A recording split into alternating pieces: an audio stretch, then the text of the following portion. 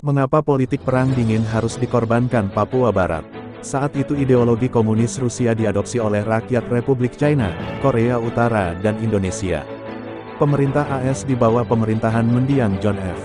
Kennedy khawatir komunis akan menguasai Pasifik Selatan.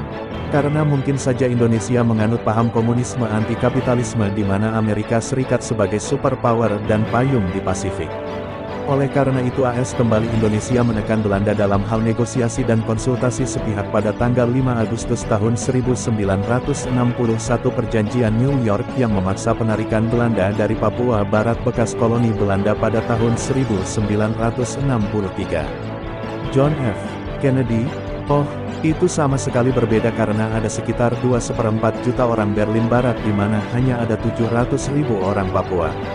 Apalagi, orang Berlin Barat sangat beradab dan berbudaya tinggi, sedangkan penduduk itu Papua Barat hidup, seolah-olah, di zaman batu. John F. Kennedy dalam percakapan dengan Duta Besar Belanda J.H. van Rooijen, 1962. David Webster, tanggal 22 Agustus tahun 2019.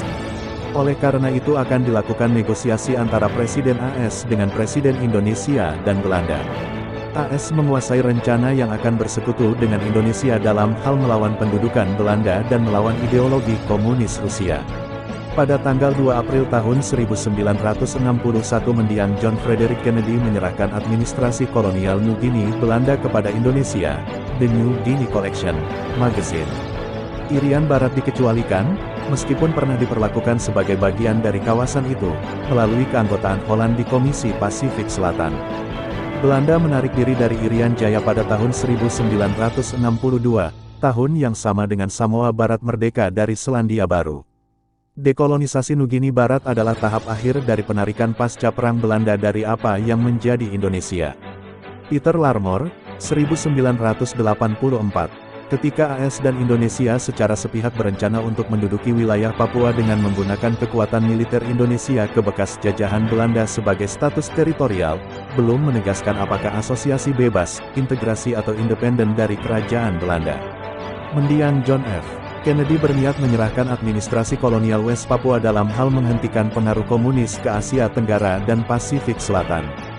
Tindakan mendiang Presiden Kennedy yang mengorbankan tanah dan wilayah Papua Barat demi tumbuhnya anti-komunisme di Indonesia.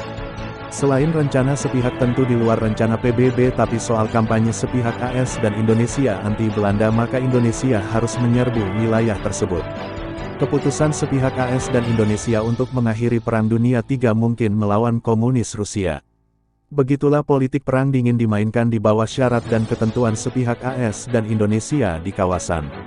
Di sisi lain, kebijakan luar negeri AS berbeda dengan kekuatan kolonial lainnya seperti Australia, Inggris, Prancis, dan Belanda.